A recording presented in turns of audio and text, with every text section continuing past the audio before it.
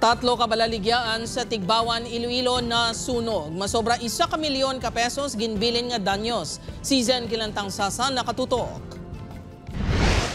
Lord! Lord! Nabulig anay! Naknapansor! Bulig anay! Naknapansor!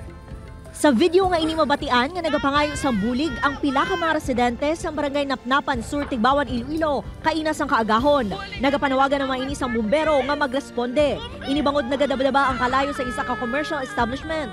Sino kay Manang Janset, nakabugtaw na lang sila nga nagakalayo na ang kaiping nila nga baligyaan. May naglupok po ako sa banahan ng balko.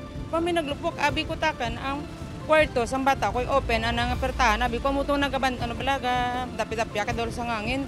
Siguro ba naglupok liwat, buksan kong bintana, pagbukas ko sa bintana, kita ko din ang kalayo nga nagadaba-daba. Sa investigasyon sang Tigbawan BFP, gintupok sang kalayo ang establishmento nga ginapanag-iyahan ni Paul Trompeta. Natabuan nga wala sang tawang lugar sang nag-umpisang kalayo. Nasunog ang grocery store, balaligyan sang RTW kag isa ka bakante nga stall.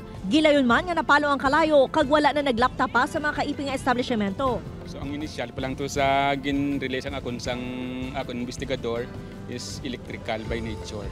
Naglabot sa masobra 1 milyon pesos ang halit nga ginbilin sang sunog. Padayon pa nga ginahibalo ang gintunaan sang kalayo. Upod kay Cirilo Randuque, Zen Kilantang Sasa, One Western Visayas.